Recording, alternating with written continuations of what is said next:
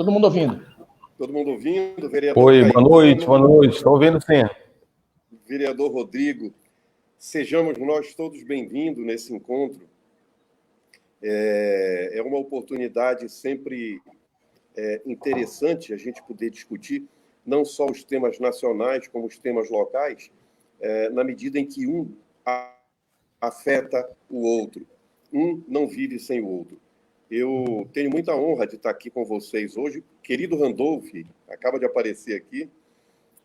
Bem-vindo, meu senador. Parabéns pelo trabalho maravilhoso que você tem feito enquanto parlamentar para o Amapá. Você, para mim, é um grande motivo de orgulho, Randolph. E só para concluir, eu também tenho muito apreço e muita admiração tanto pelo vereador Caetano quanto pelo nosso querido vereador, professor Rodrigo. Eu acho que o nosso debate hoje, debate não, mas a nossa troca de ideias vai ser profícua para nós mesmos, para que nós mesmos possamos fazer melhores reflexões sobre a pertinência ou não da realização do Enem da forma ordinária como vinha sendo feito anualmente. Eu deixo agora a palavra aqui ao querido senador Randolph e depois aos colegas.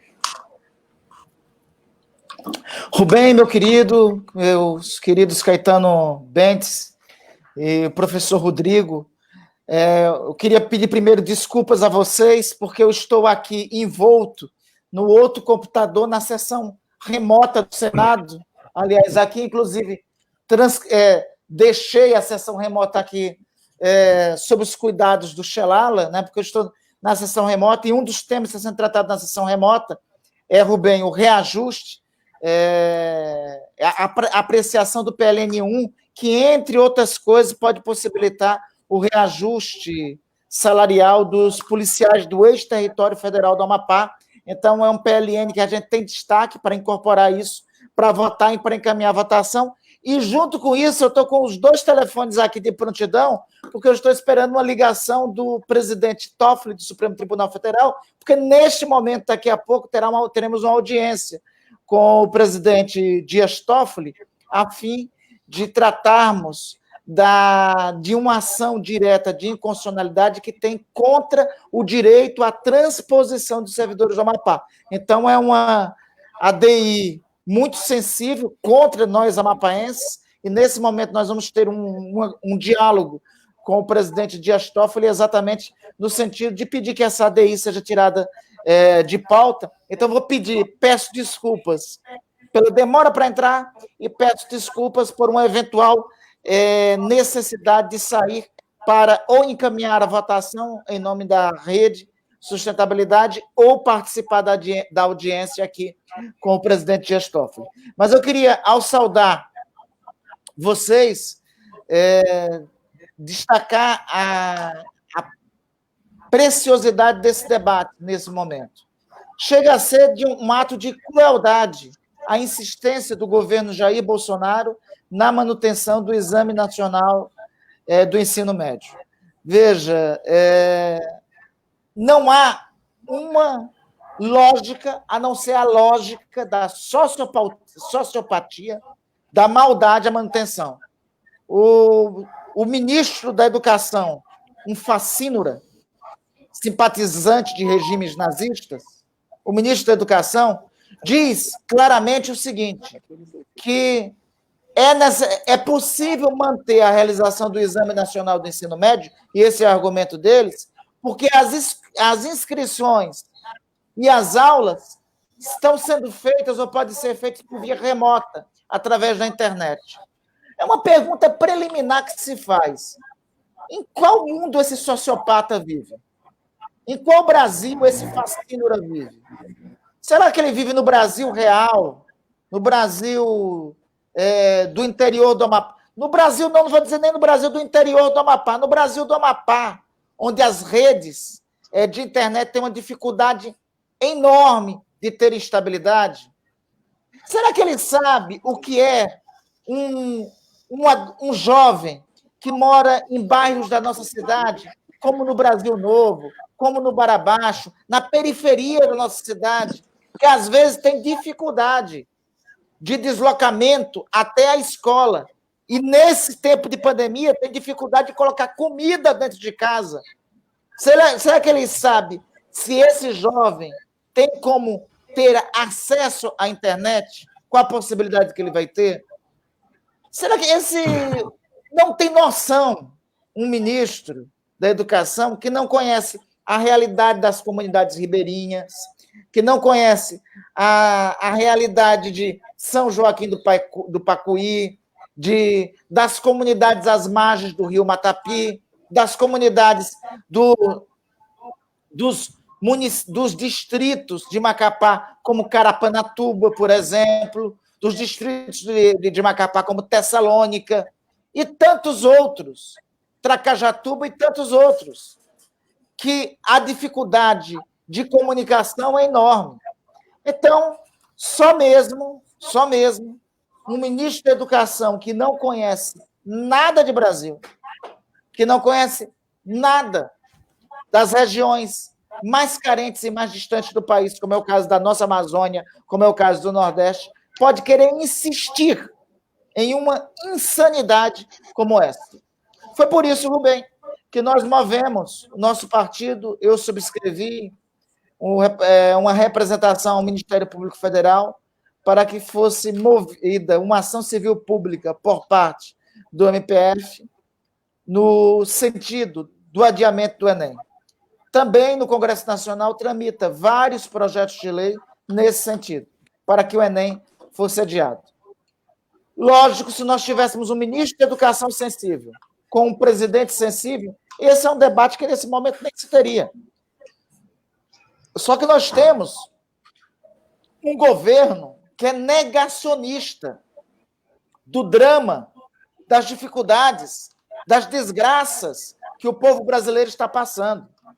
Ora, um governo que tem um presidente da República, que quando começou essa pandemia, iniciou dizendo que era uma gripezinha, um governo que tem um presidente da República, que quando tínhamos 2.000 ou 3.000 mortos, ele dizia que a pandemia estava passando, um governo que tem um presidente da República, que quando nós tínhamos 5, 6 mil mortos, tínhamos 4, 5 mil mortos, ele dizia que não era coveiro, e quando tínhamos 6 mil mortos, ele perguntou, e daí? E quando temos 10 mil, ele convidou para fazer um churrasco.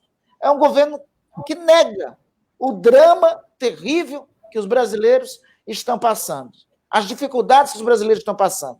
Na esteira de um governo desse, tem um ministério que age, se comporta de igual forma, da mesma forma negacionista e da mesma forma criminosa. Por isso, todos nós aqui temos um envolvimento direto com a educação. Eu e Rodrigo somos professores, né, com muito orgulho. Aliás, eu fico feliz de ter ponto em comum com os três, porque eu e o Rodrigo somos professores, né? Sou professor universitário, fui professor de ensino médio também. Eu e Caetano fomos dirigentes do movimento estudantil. Eu fui secretário-geral da UEXA, fui diretório central de estudantes, o Caetano também foi da direção da União de Estudantes de Curso Secundário do Amapá, e o Rubem foi secretário de Educação. Né? Nós temos aqui, os 4 têm identidade direta com a educação, e eu lembro, o Rubem, eu sou testemunha, nenhum outro secretário de Educação conheceu tanto o Amapá profundo e a realidade da educação amapaense quanto o Rubem conheceu.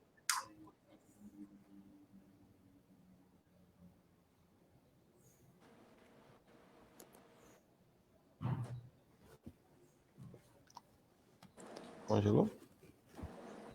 Eu vou... Bom, terminei. Vou passar. É o Rodrigo agora, é? Rodrigo? Pode ser, o senhor escolhe aí, senador.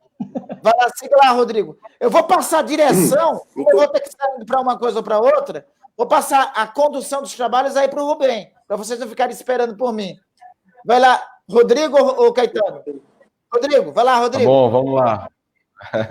Boa noite, boa noite. Quero primeiramente agradecer esse convite especial do meu amigo Rubem Bemergui. É uma satisfação imensa poder trazer esse debate nessa noite de 13 de maio de 2020. Quero cumprimentar aqui de maneira muito especial, meu amigo, senador da República, o melhor senador da República Federativa do Brasil, o senador Randolfo Rodrigues, que muito nos orgulha no Senado Federal, com as suas atuações, as suas bandeiras, as suas vitórias e também tudo aquilo que tem contribuído para o estado do Amapá. Eu tenho muito orgulho de poder participar do mesmo partido que Vossa Excelência e poder também hoje trazer essa discussão tão importante e profícua para a nossa juventude. Quero também fazer uma saudação especial ao meu colega de parlamento, o vereador Caetano Bente, que também tem todo um conhecimento da área da juventude, movimentos estudantis. Eu tenho certeza que vai contribuir muito também com esse debate. Bom, o senador ele já fez logo todo um panorama, realmente, daquilo que nós podemos esperar do MEC, do governo federal. Resumo da ópera, a educação que o nosso ministro tem em mente é a educação da propaganda do que nós temos hoje, do Enem, né? Onde você tem lá alguns atores jovens, mas que na verdade não são estudantes, que não são candidatos ao Enem 2020, são meros atores que estão ali também encenando um cenário de um Brasil e que, na verdade, eu acho que não existe nação que possa caber naquela contextualização no momento em que nós estamos vivendo hoje.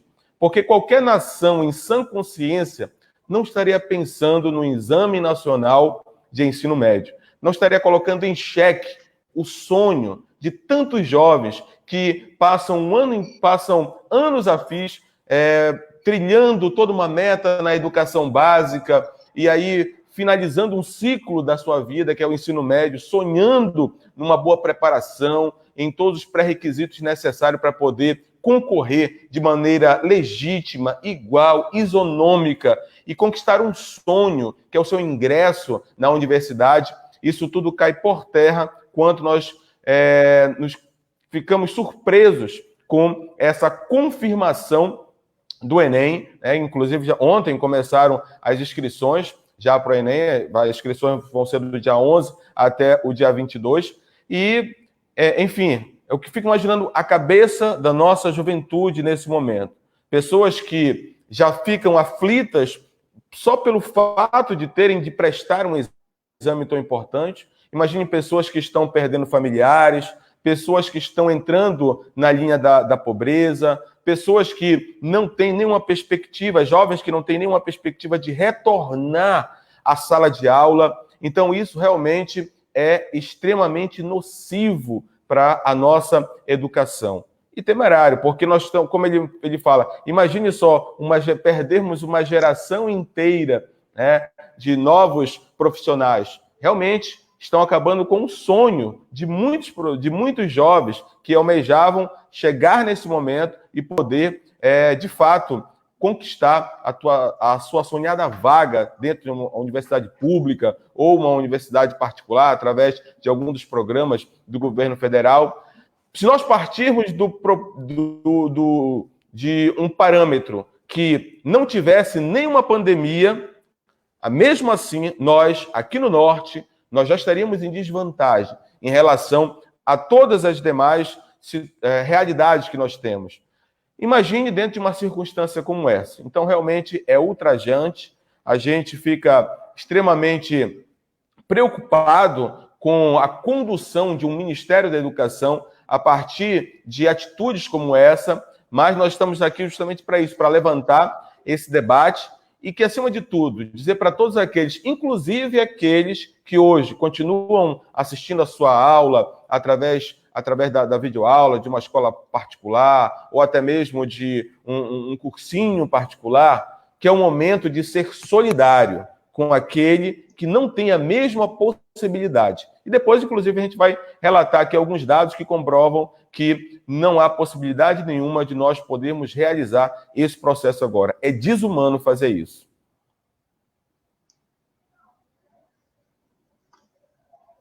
Vamos lá, Caetano. Conta para nós aí a necessidade que tem desse Enem ser adiado. Obrigado, senador. Primeiro, eu gostaria de agradecer o convite do Rubem, seu convite. Quero cumprimentar de forma bem rápida o professor Rodrigo, meu companheiro de parlamento, nosso líder Rede de Sustentabilidade na Câmara de Vereadores. Praticamente, eu quero aqui me consociar às palavras de todos vocês. O professor Rodrigo fez aí rapidamente um breve resumo de um panorama de uma forma geral. E o senador Randolfo Rodrigues trouxe a discussão aqui logo para esse nosso primeiro momento das dificuldades que existem na Amazônia, no norte do Brasil, citou até alguns distritos do nosso município aqui, Macapá. E eu queria, senador, sei que nós vamos ter condições, nós vamos travar aqui uma discussão muito ampla e importante, mas acho que tem um dado que ele é fundamental para a realidade da Amazônia brasileira. Segundo o próprio IBGE, e eu tenho aqui os dados do IBGE, nós, na Amazônia, somos aqui somos 28,5% na região urbana de pessoas que ainda não têm acesso à internet. E quando você passa para a região rural, você tem mais de 55% de pessoas que ainda não têm acesso à internet na Amazônia do Brasil. Só aqui na região norte. Então, isso já, aí corroborando com as palavras do professor Rodrigo, isso já deixa o norte do Brasil numa desvantagem gigantesca. Nós temos um país com tamanho continental, né, com diferenças absurdas de condições.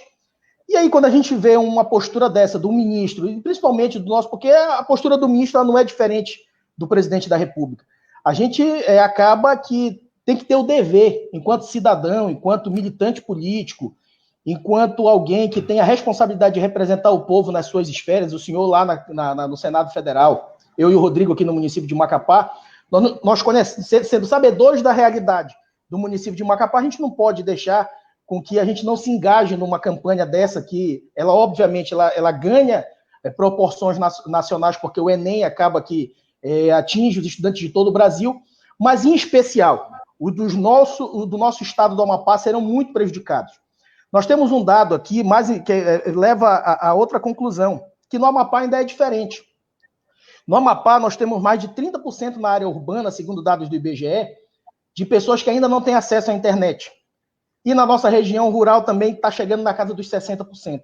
Então, é praticamente impossível haver uma concorrência igual. É impossível que os nossos estudantes, os estudantes do povo, do município de Macapá e do estado do Amapá tenham condições nesse momento de poder ter uma oportunidade. E nós sabemos que o Enem é a porta de entrada, é o sonho que cada família tem de poder realizar, prestar um bom exame para poder ter acesso a uma universidade. Então, tenho certeza que a gente vai engrandecer muito esse debate, são muitos dados que a gente tem para passar aqui.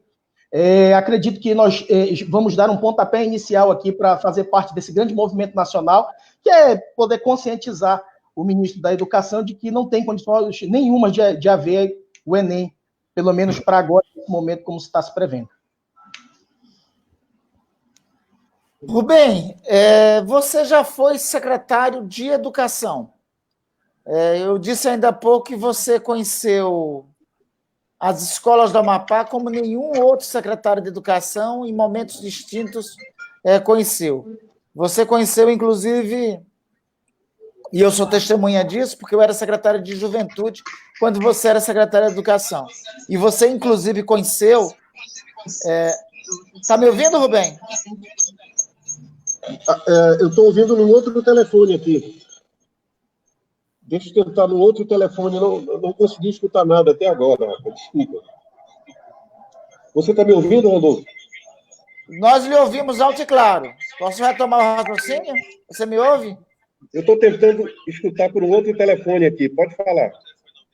Então, eu estava dizendo ainda há pouco que você foi secretário de Educação e eu sou testemunha do quanto você conheceu o Amapá todos e o Amapá profundo. Conhecendo o Amapá como conheceu quando foi secretário de Educação, você acha que, de alguma forma, é possível manter a realização das provas do Enem? A máxima do ministro da Educação, que diz que todos vão ter acesso pela internet, é possível em um estado com desigualdades que tem o nosso e com as distâncias e dificuldades da Amazônia que tem a nossa região? Querido Randolfo, meu irmão, eu acho absolutamente inaceitável isso. O Brasil cria problemas no governo Bolsonaro absolutamente desnecessários.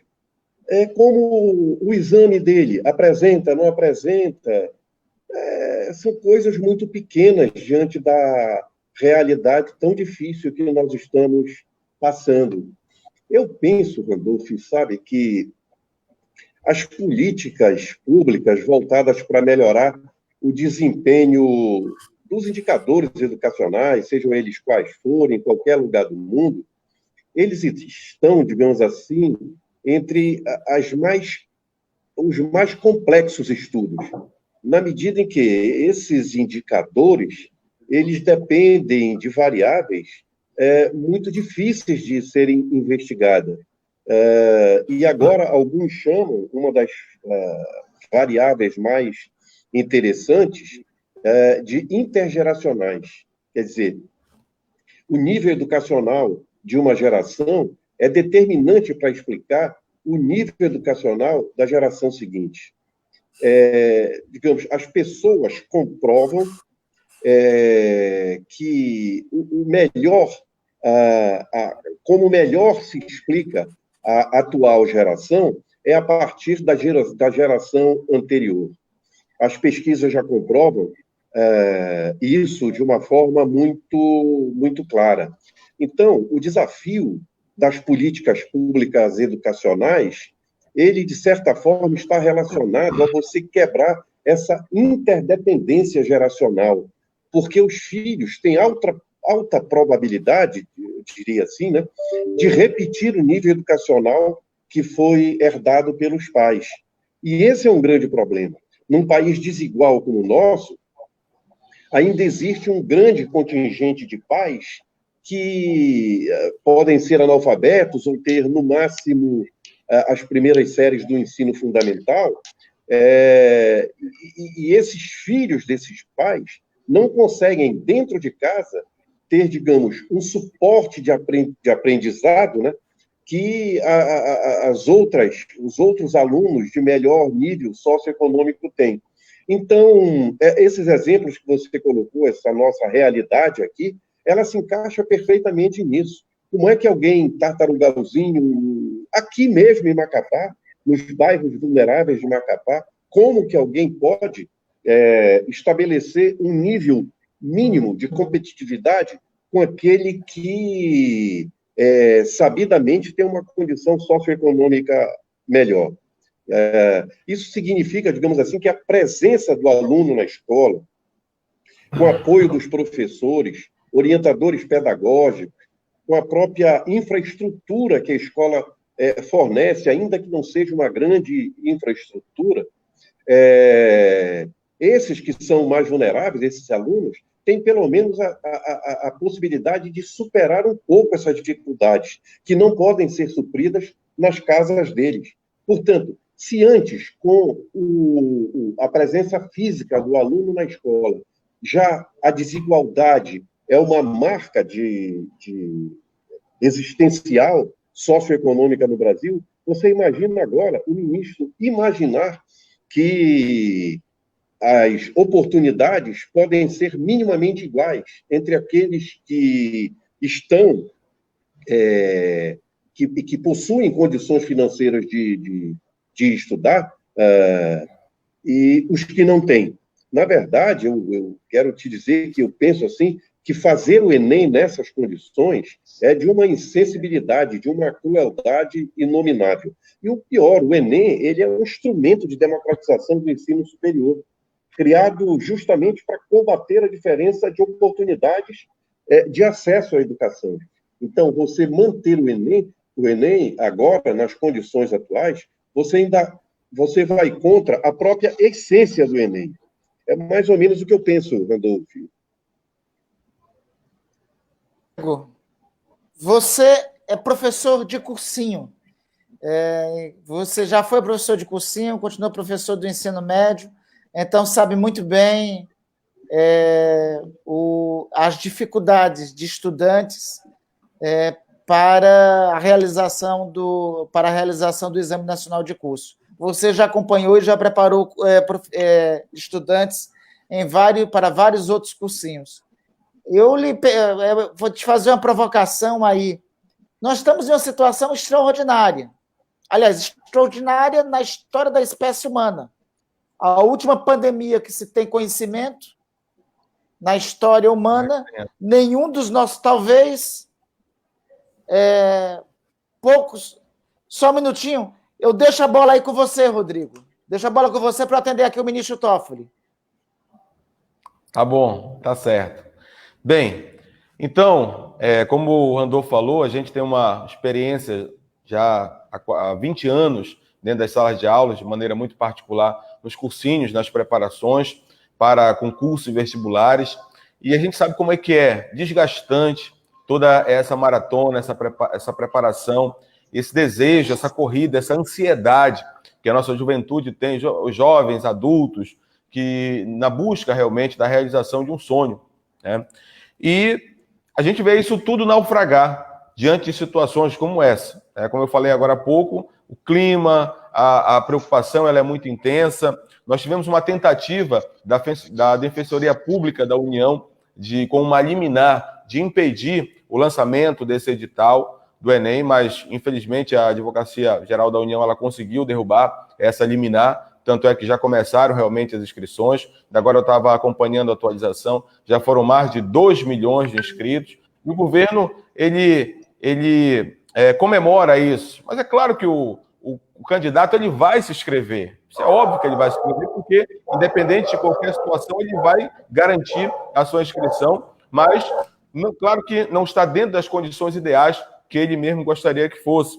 E se nós levarmos em consideração os próprios dados do nosso Ministério da Educação, nós formos analisar, por exemplo, o próprio pré-requisito que a Defensoria Pública da União ela utilizou foi um questionário socioeconômico do governo federal que ele aplica para os alunos que pretendem, os candidatos que vão prestar o Enem, que é o chamado Quero Bolsas, e ele fala que, a partir dessa análise, que o INEP aplica para estudantes que vão prestar o Enem e que a cada 3 estudantes, um não tem acesso à internet, não tem computador e não tem smartphone.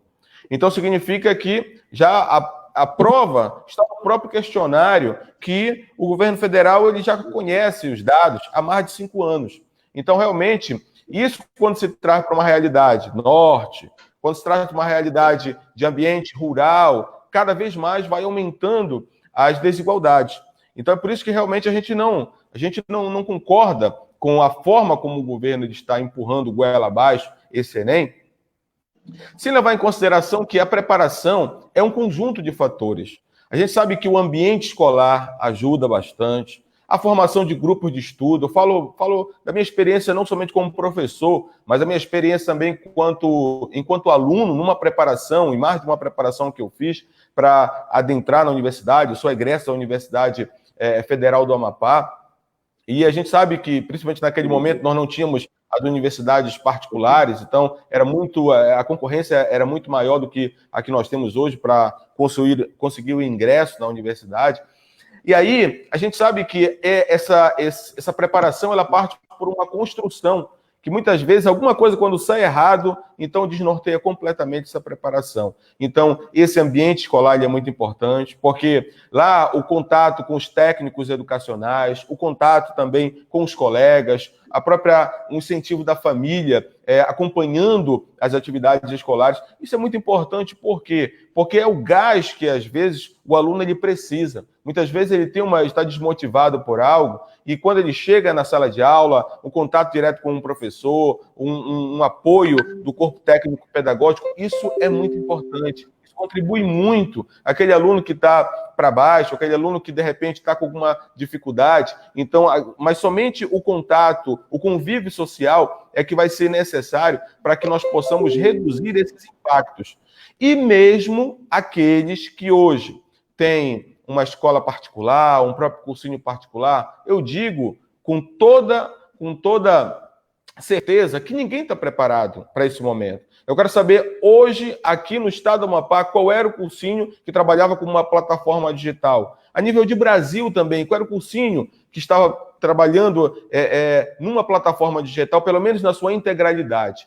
Hoje nós sabemos que o ensino superior parte das modalidades de ensino, ele realmente está migrando para o EAD, a educação à distância. Mas o ensino básico, o ensino médio, a preparação para um vestibular é completamente diferente. Então, de fato, nós temos uma perda que não vamos conseguir recuperar. E o que nós estamos propondo aqui não é cancelamento do Enem, como muitas pessoas até levantam essa ideia, querem acabar com o Enem, acabar com o Enem, acabar com o exame. Não é nada disso, mas que nós possamos dar esse tempo a mais, pelo menos para que nós possamos concluir o conteúdo curricular, que já está prejudicado, desde março que não tem aula, então agora não temos ainda a previsão de quando isso aí vai retornar, e nós sabemos que mesmo que retorne, se retornasse hoje, nós teríamos uma dificuldade imensa para poder equiparar os conteúdos que precisam ser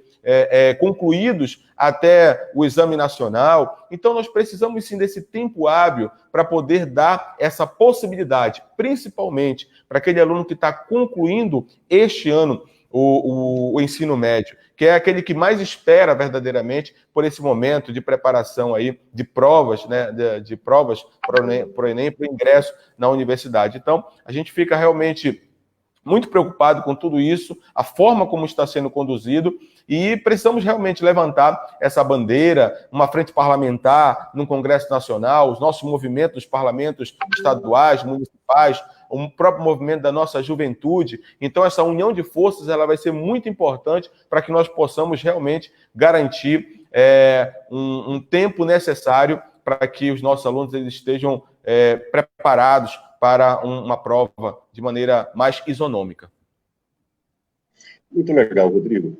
Eu gostaria de trazer o nosso querido vereador Caetano para esse debate, perguntando a ele qual a visão dele sobre essa não realização, sobre esse adiamento do Enem, a partir da compreensão dele como dirigente estudantil. Caetano foi presidente da UEX há algum tempo e talvez possa nos enriquecer com esse olhar de dirigente estudantil.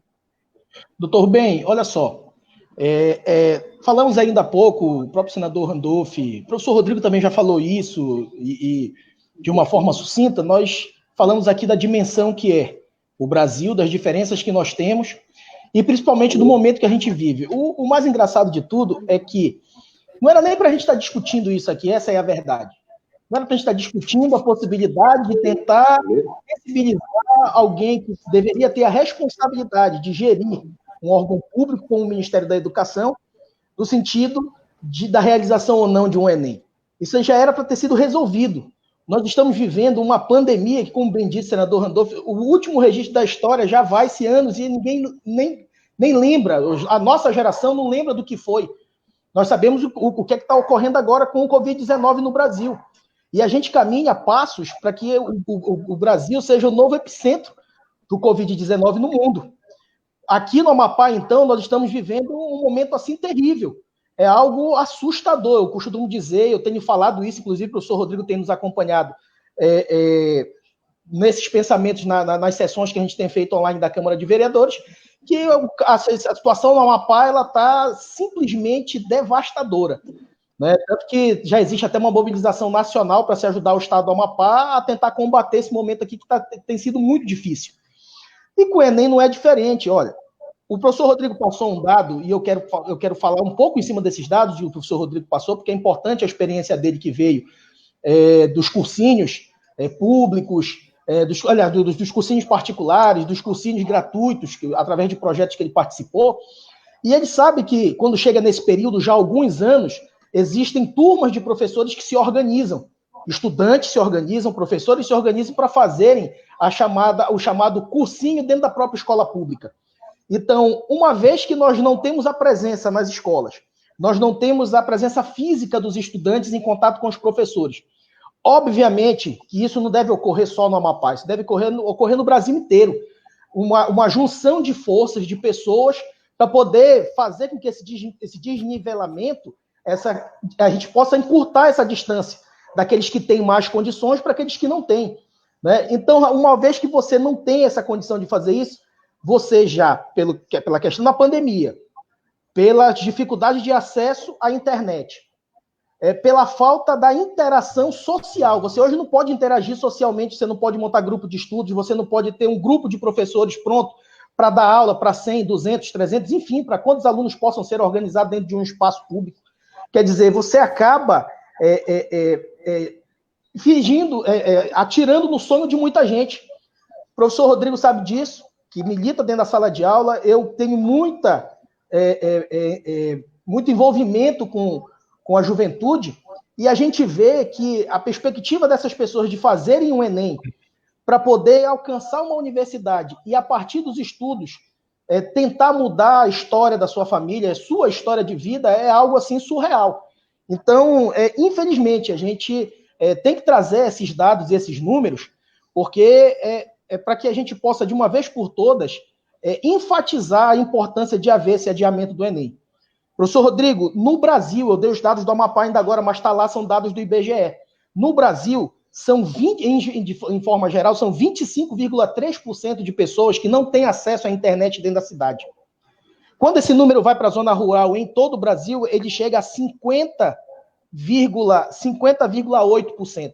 Ou seja, nós estamos falando de uma média de 45 milhões de brasileiros que não têm acesso a essa ferramenta, a essa plataforma. Então não dá para você pegar, além de terem todos os problemas que a gente já disse aqui, os problemas que a gente tem com as diferenças sociais, com as diferenças geográficas que o Brasil nos impõe, a gente ainda tem, a nível de Brasil e de Amazônia, nós ainda temos uma dificuldade muito grande do acesso à informação. Então não tem como a gente pegar e colocar tudo isso numa vala comum, baseada porque nós temos um problema de pandemia, mas nós temos que tocar de qualquer maneira. Não pode ser assim.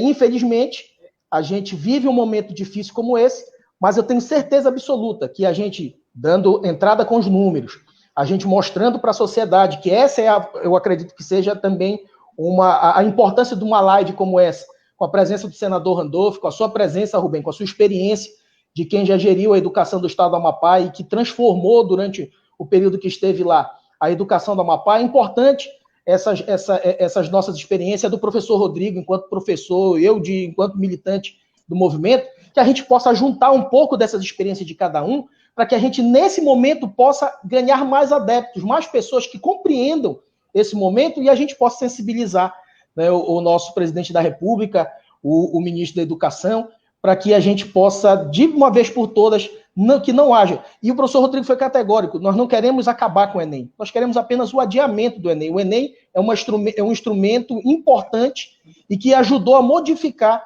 as diferenças da educação brasileira ao longo desse período. E aí nós vamos ainda aí debater muita coisa, eu trouxe aqui números da educação. A outra verdade é que, infelizmente, a educação brasileira está sofrendo um desmonte nos últimos 10 anos, sabe? Tem dados aqui, doutor Rubem, que são, assim, assustadores, de quanto a educação brasileira tem sido atacada ao longo dos últimos anos, né? Os governos que passaram aí, principalmente o governo Temer e agora o governo Bolsonaro, eles estão simplesmente terminando de afundar, assassinar a educação brasileira com cortes gigantescos nos orçamentos, em todos os níveis, não é só para a universidade, não é só para o ensino superior, é para o ensino superior, é para o ensino médio. Só para vocês terem uma ideia, e aqui só para a gente já encerrando essa primeira etapa minha aqui, só para vocês terem uma ideia, em 2019, o governo federal repassou 307 milhões de reais às prefeituras de Macapá, para as prefeituras do Brasil, para os investimentos em creche e pré-escolas. Isso só no ano passado, houve um corte de 33% nos valores referentes a 2018. Então, isso é para você ver que nós estamos sofrendo tanto com o ataque de cortes e reduções na educação básica, quanto na educação superior, que os números são piores ainda. Então, isso é só para a gente ter uma ideia de que a gente não...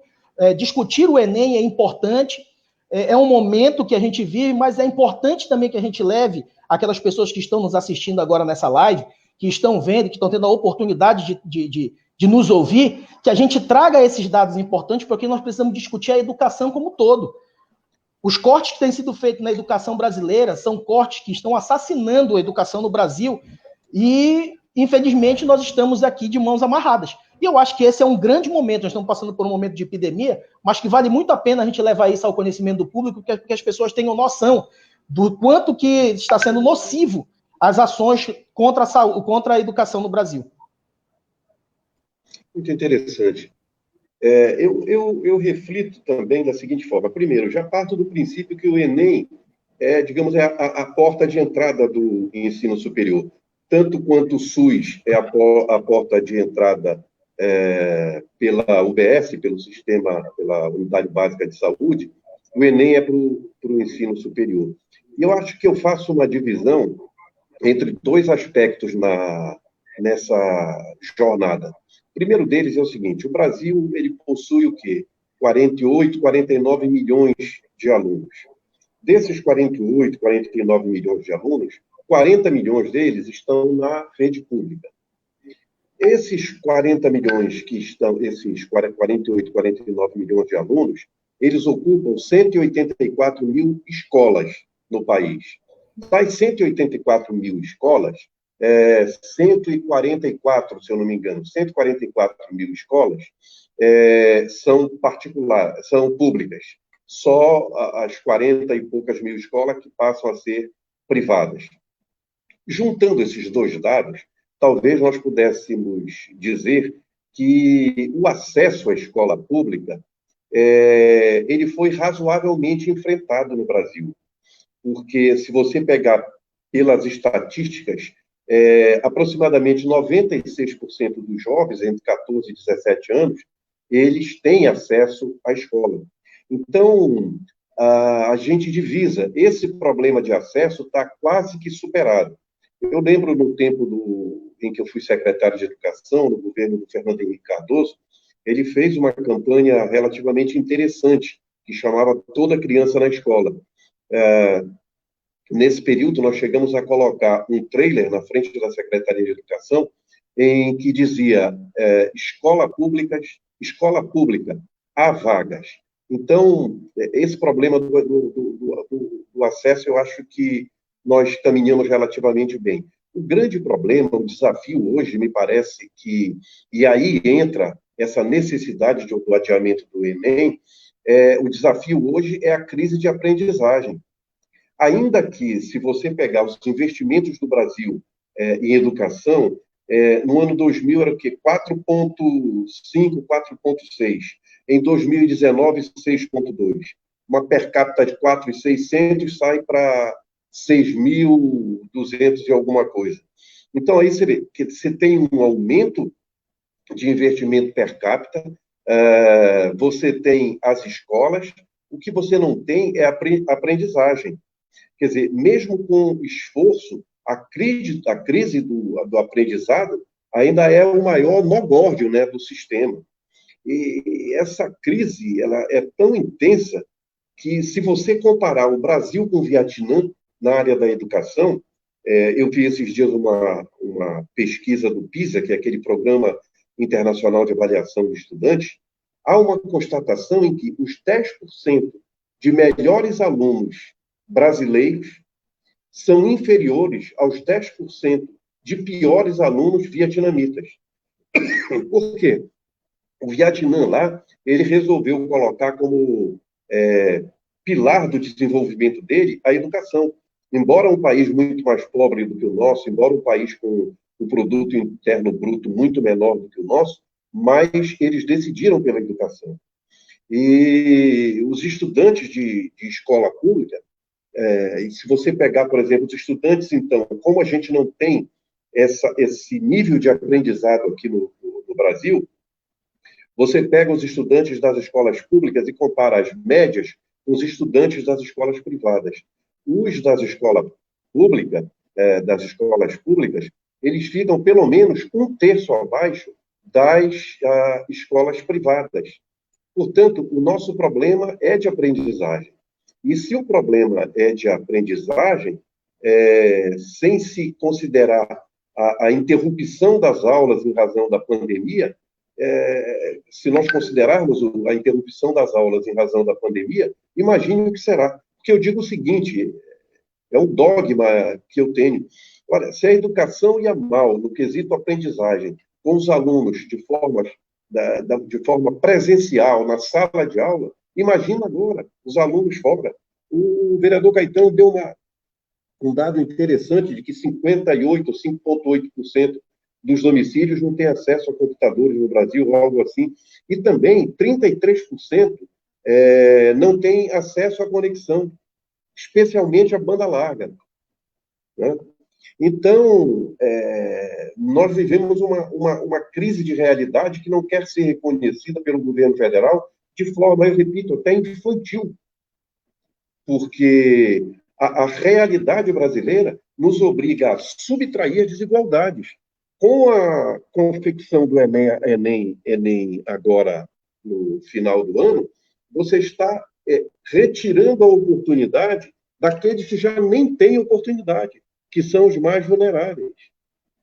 E há esse fator de ordem, digamos, material que eu me referi com você ainda agora, da desigualdade socioeconômica, que ela não só diminui a oportunidade do aluno em relação à escola, mas ela subtrai também essa desigualdade, ela onera essa desigualdade quando o aluno se fixa na própria casa dele, né? Porque menos de 40% dos estudantes do ensino médio da rede pública tem computador, tem tablet com internet banda larga, né? Então, é um castigo muito grande para quem mantém a expectativa de sair desse cenário de repetição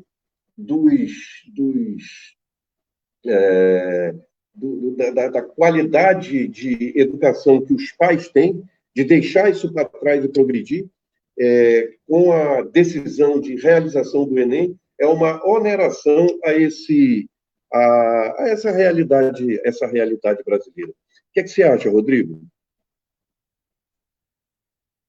Caetano. Fernando Henrique Cardoso, e o Enem ele surge justamente aí, durante o período do governo do FHC, 2008. E, na verdade, em 2018 ele completou 20 anos, 18. e o objetivo naquele momento era para fazer, para medir, na verdade, o desenvolvimento da educação básica no ensino médio, né? Em 2010 ele toma uma conotação diferente, já no governo Lula, que é justamente para se tornar aquele grande vestibular nacional, né? A oportunidade de ingresso, principalmente nas universidades federais, aqui como a nossa Unifap, a Universidade Federal do Pará, através do sistema SISU, que é o sistema de seleção unificado, e posteriormente outros programas, como vem lá o ProUni, né, que vai garantir o Programa Universidade para Todos, que já é o acesso através da nota do Enem também nas universidades particulares, com bolsas integrais. Aí, posteriormente, também a questão do FIES, que é o financiamento. E hoje, né, a mais nova atualização que nós temos já vai ser o Enem Digital. Esse ano estará disponível para 100 mil pessoas fazerem essa nova modalidade, né, que é o Enem Digital. Mas se nós formos fazer uma contextualização aqui, Rubem e também o Caetano, vamos imaginar que hoje eu tenha em casa um computador, eu tenha um tablet, eu tenha acesso à internet. Só que eu tenho um núcleo familiar de alunos na escola de 4 alunos, né? Como é que vai ficar essa divisão aí? Quem é que vai assistir a aula? Primeiro, será que a escola ela se preparou para isso também? Quem é que vai usar o computador? Imaginando que eu tenho um computador, que eu tenho um tablet, mas eu tenho 4 filhos que estão aqui dependendo deles para estarem revezando, para estar assistindo às aulas, né?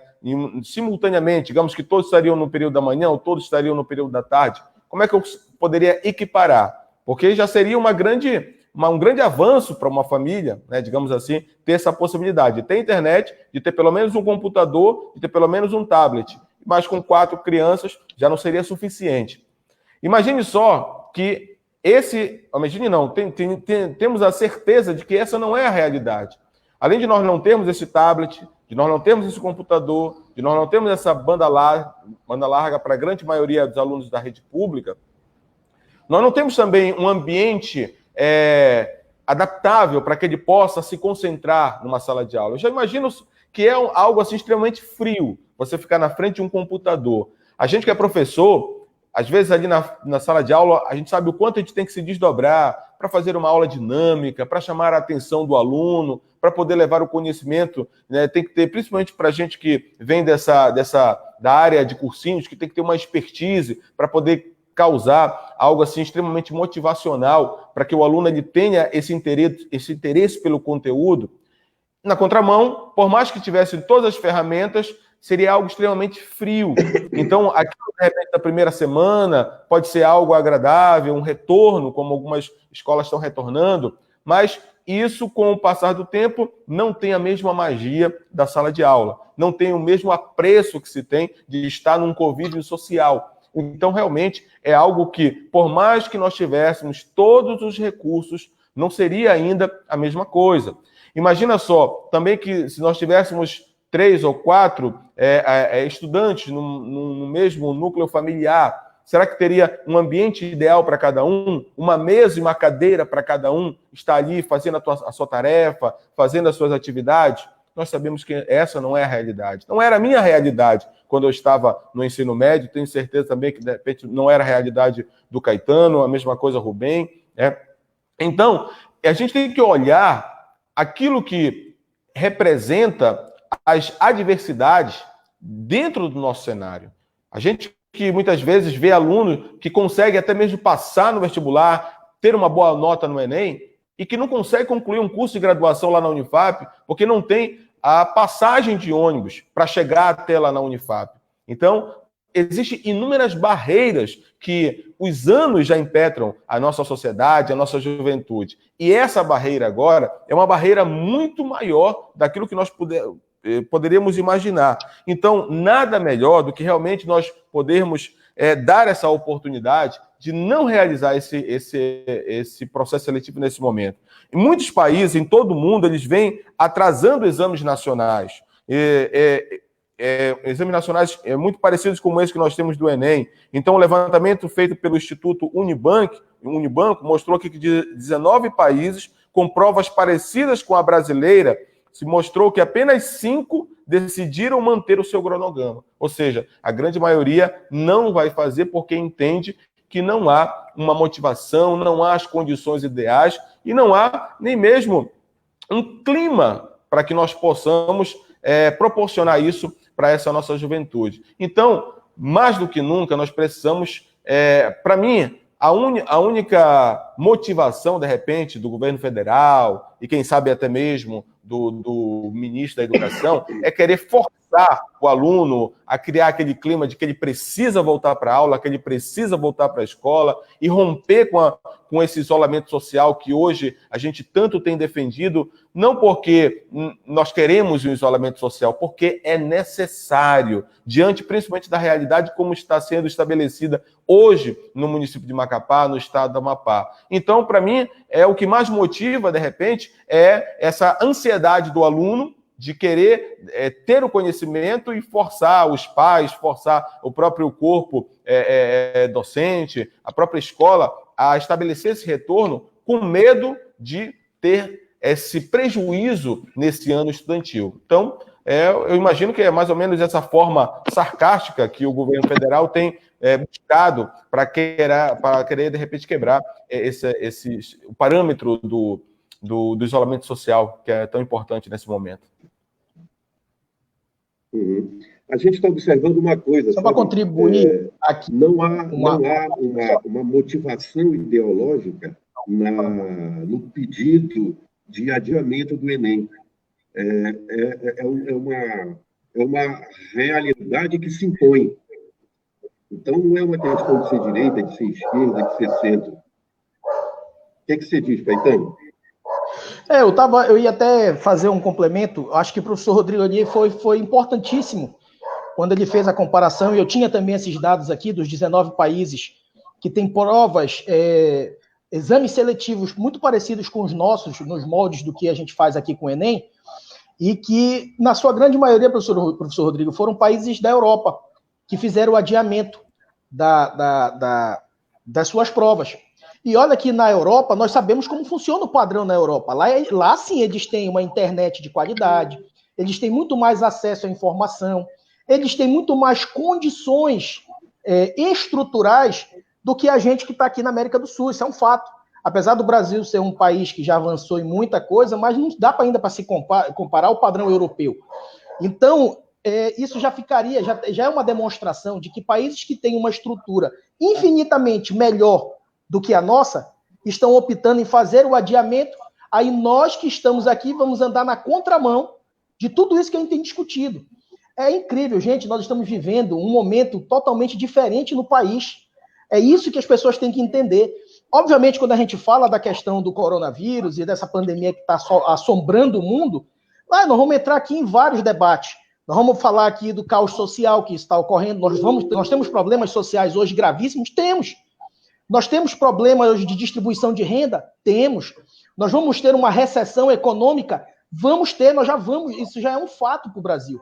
Agora, não dá para a gente também colocar valor na vida, que é aquilo que o senador Randolph falou agora há pouco, que as atitudes que, infelizmente, o presidente Jair Bolsonaro e o ministro da Educação estão tomando, eles estão indo no rumo de um genocídio.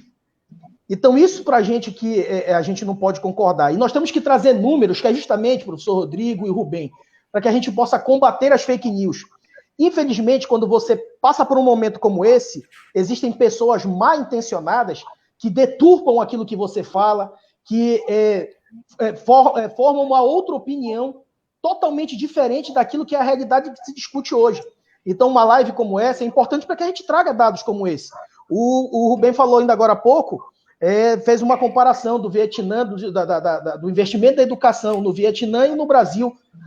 É óbvio, isso virou até clichê, todo mundo fala isso. Isso se eu falar desde a época do movimento estudantil, que a gente defendia que 10% do PIB tinha que fazer parte do bolo orçamentário obrigatório para investimento na educação, porque está comprovado, todos os países que eles emergiram em todos os aspectos, eles tiveram investimento maciço na educação. Não teve outra fórmula a não ser pegar e fazer investimentos. E quando a gente fala de investimentos, é você direcionar recurso mesmo, na qualificação de professores, na estrutura, enfim, numa série de coisas aqui que a gente vai debater. E o Brasil está andando na contramão de tudo isso, professor Rodrigo e Rubem. Eu vou passar aqui para vocês três dados que eu acho importantíssimos para nortear o nosso debate, do que a gente tem vivido de sucateamento da educação brasileira. Olha só, no Brasil, nos últimos 4 anos, eu vou só pegar os últimos 4 anos, nós tivemos uma perda de mais de 56% em corte nos valores da educação. Só para você ter uma ideia. Em 2014, no ensino superior foram investidos 39,2 bilhões. Em 2018, esse número ele veio caindo. 2014, 2015, 2016, 2017. Quando foi em 2018, esse número caiu para 34 bilhões. Representando uma queda de 15% no investimento daquilo que se tinha e que se deixou de investir na educação superior. Na educação básica, os números são um pouquinho pior. Nós tínhamos um investimento em 2014 de 36,2 bilhões, que caiu para 29 bilhões. Já em 2018, uma queda também decrescente em todos os anos, com uma perda de 19%. E no ensino profissional, que é justamente aquilo que a gente mais discute, como é que a gente vai colocar essa nossa juventude no mercado de trabalho? Como é que nós vamos dar uma oportunidade para os nossos jovens terem acesso ao primeiro emprego? Não tem como, você tem que qualificar esse jovem para colocar no mercado de trabalho. E você não faz essa qualificação só apenas através do ensino superior. Então, o ensino profissionalizante foi o que mais recebeu corte, 27%. Eram 16,4 bilhões em 2014 e que caiu para 2018 em 11 bilhões. Então, quer dizer, você vê aí que nós tivemos um corte brusco em todos os anos nos valores que o governo federal tem disponibilizado para a educação em todas as suas esferas. Então, não tem como, o retrocesso ele vai ser óbvio e natural. E quem é que sofre com isso?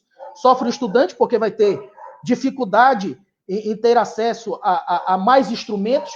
Sofre o profissional da educação, e diga-se de passagem aqui, que eu tenho um respeito e uma admiração grande pelos professores, porque são abnegados, pessoas que levam o conhecimento às nossas crianças, à nossa juventude, e eles são os que mais são atingidos. Há quanto tempo nós não temos aí, em todo o Brasil, um reajuste digno aos professores? Nós temos ainda Nós ainda estamos discutindo em alguns municípios do estado do Amapá, por exemplo, aí regionalizando a nossa discussão, nós ainda temos uma discussão ainda para se pagar o piso nacional dos professores.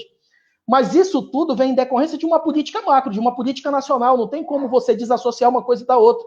Então eu acho não, esse é o momento ideal, que nós estamos passando por uma transformação social, que a gente traga essas informações e a gente conscientize a população através das nossas redes sociais, através de lives como essa, através de debates que nós vamos ter que continuar produzindo, para que as pessoas entendam que a educação ela é uma engrenagem. Ela depende de tudo isso.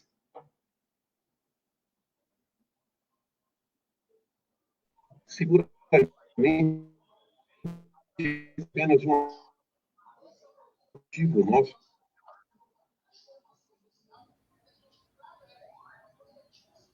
Então tem um probleminha aí com o áudio do Rubem, né? Eu acho que é o áudio ou é a conexão dele? Eu acho que é um pouquinho dos Está dois. um pouquinho difícil para te ouvir, Rubem. Bom, eu queria já... melhorou? Melhorou. Eu tive problema desde o início dessa live. Eu não escutei a posição do Randolph, eu não escutava o que eu mesmo falava na minha primeira intervenção, mas esse é um aperitivo só, nós vamos voltar a discutir esse tema, porque ele é muito sensível para a democracia brasileira. Eu peço as considerações finais, então, do querido vereador professor Rodrigo.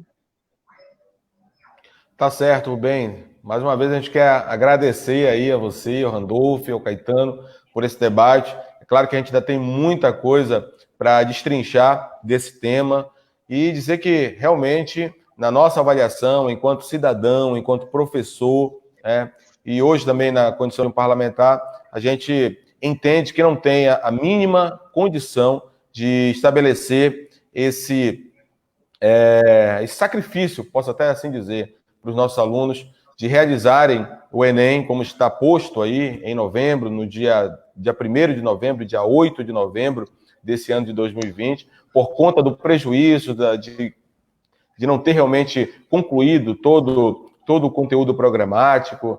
Levar em consideração também que um outro aspecto que a gente não chegou a comentar aqui, mas é a própria alimentação escolar. A gente sabe que muitas vezes o aluno, a única alimentação que ele tem no dia é aquela que ele realiza na sua própria escola, e isso também interfere, são inúmeros fatores que interferem na aprendizagem. Sabemos que a aprendizagem ela é um conjunto, e se você quebra um desses elos, consequentemente, isso tem uma consequência. Então, nós esperamos realmente que nós possamos fortalecer essa frente, uma frente parlamentar, um grupo de trabalho, que isso possa chegar verdadeiramente ao governo federal, que nós possamos criar os mecanismos necessários para que nós não possamos permitir que esse crime ele aconteça na nossa juventude. Repito o que eu falei lá no início.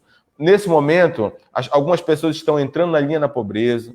Nesse momento, pessoas estão perdendo seus pais, estão perdendo seus avós, estão perdendo seus entes queridos. Isso tudo tem mexido muito.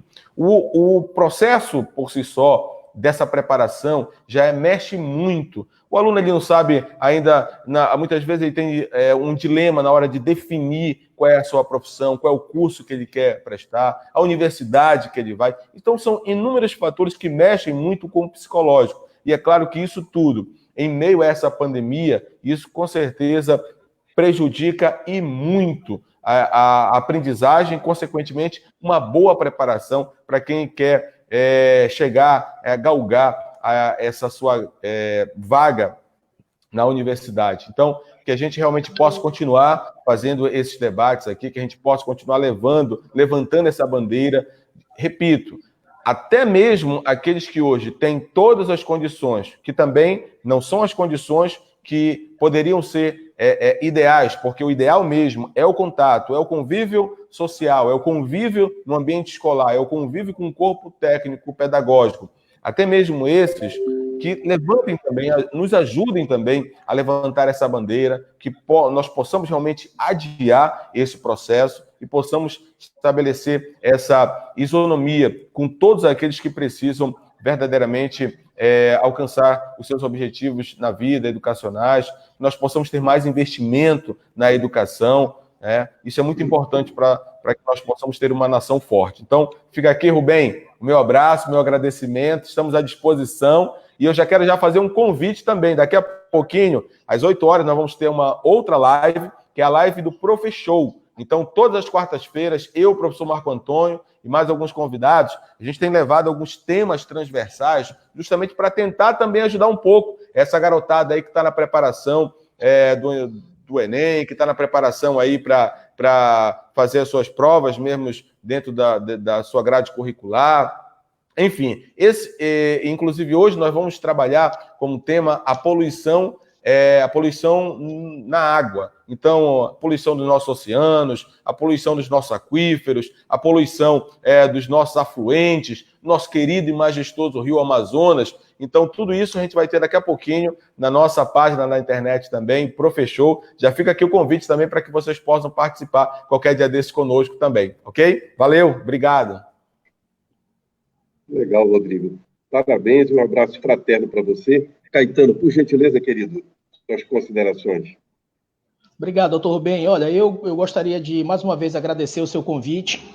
Para mim é uma honra poder participar desse debate aqui com você, com o senador Randolph, professor Rodrigo. E eu queria, para deixar minhas considerações finais, justamente eu quero fazer um pedido para você que está nos assistindo aí nesse momento na live, que você possa também participar da assinatura digital no site das entidades estudantis.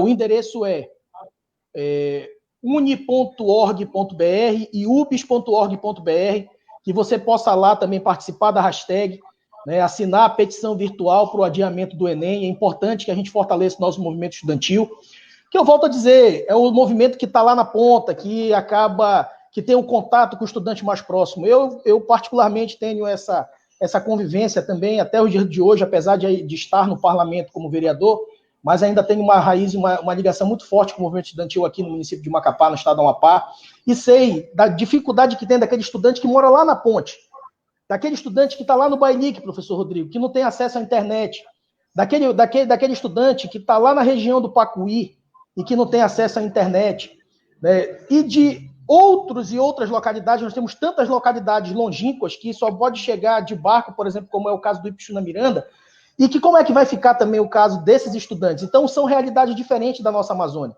Acho importante um debate como esse, porque demonstra não só a nossa preocupação em encampar uma luta como essa, mas também de passar aqueles que vêm aqui para assistir uma live como essa, que são pessoas que seguem lá o doutor Rubem, que seguem o senador Randolph Rodrigues, que seguem o professor Rodrigo, e que também me seguem nas redes sociais, que a gente possa fazer, a partir de agora, um grande movimento para que a gente possa fazer essa discussão de forma mais pragmática e contínua relacionada à educação. Então, fica aqui o meu abraço fraterno a todos. Obrigado pela presença de todos que nos acompanharam aí e que a gente tenha mais oportunidades como essa de debater. Grande abraço, professor Rodrigo. Grande abraço, Rubem. Rodrigo, não vou embora ainda não. Eu acabei ainda dando tempo de voltar aí. Opa, voltou, senador. Eu tô que nem... Como a gente está falando de aula e tudo mais, você já pegou falta, viu? Cheguei no final da aula, gente. Cheguei no final da aula. Não vale dessa de pedir para o outro assinar a lista, não. Olha, eu tô me sentindo o Gabigol, para quem é flamenguista, como eu e o Caetano. 3, aí, então, aqui, ó. Eu sou o Rodrigo também. Então. Só pode flamenguista nessa live aqui. Ruba também então só pode flamenguista. Isso é uma live só de flamenguista. Estou me sentindo igual o Gabigol, entendeu? Eu estou cobrando escanteio e correndo para a área para ver se faço o gol. Já participei, saí rapidamente para uma audiência com o ministro Dias Toffoli. Olha as vantagens. Para isso serve o mundo virtual. Se o ministro da Educação, o mundo virtual tem que servir para isso, para facilitar algumas coisas para nós fazermos. Mas esse mundo virtual, essa tecnologia que é acessível para mim, que é acessível para o Rubem, que é acessível para o professor Rodrigo, que é acessível para o Caetano, não é acessível para a maioria dos estudantes brasileiros. Nem todos os estudantes brasileiros, aquele jovem que mora no Carapanatuba, que talvez o senhor ministro da Educação nem saiba onde fica, que mora lá no Tracajatuba, que mora lá no São João do Macapi, Eles não têm acesso a isso. Então, mas nós, eu, Rubem, Rodrigo, Caetano, sabemos disso. Sabemos disso. O ministro da Educação, como eu acho que conhece, que só faz parte dele um Brasil que só faz parte dele um Brasil que não é o Brasil real, não tem dimensão disso. Então, a tecnologia possibilitou que eu saísse rapidamente para uma audiência com o ministro Dias Toffoli, nesse instante, e eu aproveito esse final de live para registrar minha presença, né, Rodrigo? Não só para assinar a lista no final da live, né, não assinar a lista de presença, mas aproveito esse final de live para informar e dar uma notícia para todos que estão assistindo, que tem algum parente que vai ser beneficiado pela transposição para o quadro da União, que é a audiência ainda há pouco com o ministro Dias Toffoli, da qual eu participou o representante do senador Davi Alcolumbre, presidente do Congresso, e mais participou a deputada Marcivânia. A audiência foi um sucesso, repito, foi um sucesso absoluto, essa audiência que participamos. Eu estou muito otimista no julgamento da ação de constitucionalidade que vai ter na sexta-feira e que a transposição não será interrompida. Nós vamos passar claramente por mais essa. Não será, tenho muita convicção nisso, porque o Rubem conhece mais o direito que nós todos juntos e mais um bocado, né, sabe que só é objeto de ação de inconstitucionalidade alguma emenda constitucional que possa ferir alguma das cláusulas pétreas. E cláusulas pétreas estão lá preceituadas no artigo 60, parágrafo 4º da Constituição, que, ou seja, a forma federativa de Estado, a separação dos poderes, o voto direto, universal e periódico, e os direitos individuais. Não é o caso dessa nossa emenda constitucional, então tenho certeza que ela vai ser declarada constitucional. E aí tive que sair também da audiência com o ministro Dias Toffoli rapidamente para votar e encaminhar a votação na sessão do Senado. Mas, voltando aqui, queria só destacar aqui, essa live foi um sucesso absoluto. Peço desculpas aos que assistiram até agora pela saída, foi pelos afazeres que aqui destaquei. Vocês que assistiram essa live, assistiram a live com pelo menos... Olha, eu, dos 4 aqui, eu vou dizer que eu tenho menos experiência na educação ainda, entendeu? O Caetano foi uma grande liderança do movimento estudantil, o Rodrigo é um professor querido por todos que foram alunos do Rodrigo, e o Rubem Mergui é nada mais nem nada menos do que o melhor secretário de educação que a história do Amapá já teve. O melhor secretário de educação que a história do Amapá já teve. Aliás, o Rubem, quem já conhece o Rubem sabe que ele é um dos melhores quadros da política, uma das pessoas mais competentes em todos os aspectos que esse Estado já teve. É para nós um motivo de orgulho demais ter Rubem entre os quadros do nosso partido. Então, esse é o mote dessa live aqui.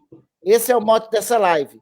Adia urgentemente o Enem, porque todos têm direito a participar e a participar do Enem.